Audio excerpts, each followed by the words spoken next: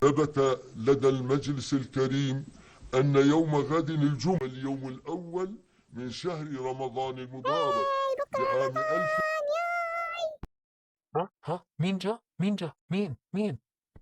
لا ما حدا جاء، لكن بكرة رمضان يا بابا. حسبي الله ونعم الوكيل يا قردة، قديش مرة قلت لك لا تضلي تصرخي زي هيك. خير شو في صوتكم طالعة؟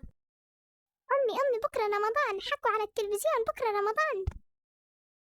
يلا الحمد لله، اللهم بلغنا رمضان. يعني الآن لازم نروح نشتري، ورانا مونة وأغراض لازم نشتريها. هاي بروح معك. ها شو فيك يا رجال ساكت؟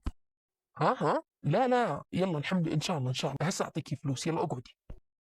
بسم الله. شوفي يا بنت الناس، هاي 50 دينار تشتري فيها مونتك، وهاي 50 دينار مصروف للولاد، ترجع عندهم دوامات ولازمهم مصروف.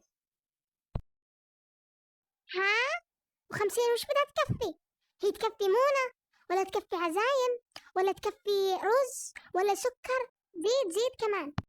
ما انت عارفة الراتب شو بده يكفي، هذا هو الراتب، واعطيتك 50 و50 وما ضايل معي غير 50. ليش أنا طالبة المصاري عشان أعمل شوبينج؟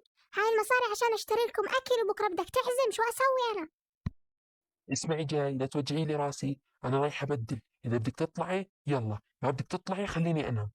اللهم اني صائم. مش أنا قاعدة أحكي معك، وين رايح؟ طيب والله لا أوريك.